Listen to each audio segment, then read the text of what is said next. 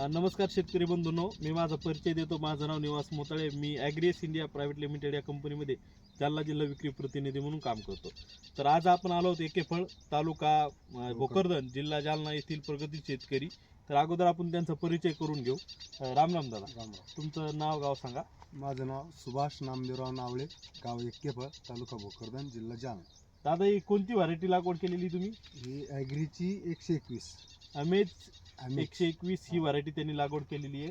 तर शेतकरी बंधूंनो, या व्हिडिओच्या माध्यमातून आपण पाहू की या जी व्हरायटी आहे मक्याची, यामध्ये याची काय वैशिष्ट्य आहे।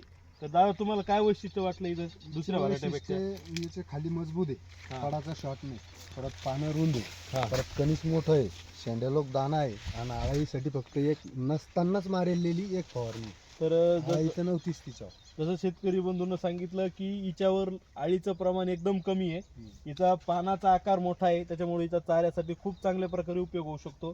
दुसरी गोष्ट म्हणजे हिचा जे बुड आहे, खोड आहे, एकदम मजबूत आहे, त्याच्यामुळे हे पडत नाही।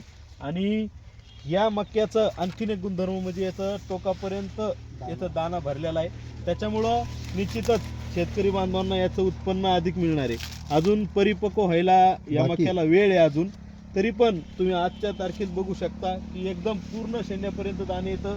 याच्यावर साल जी आहे मक्का याच्यावर कणसावर ही खूप जास्त प्रमाणात आहे। याचा फायदा काय होतो की याच्यात आळीचं प्रमाण एकदम कमी येतं। तरी येणाऱ्या हंगामात जास्तीत जास्त शेतकरी बंधूंनी अमेज 121 ही व्हरायटी लावून आपलं उत्पन्न वाढवावं।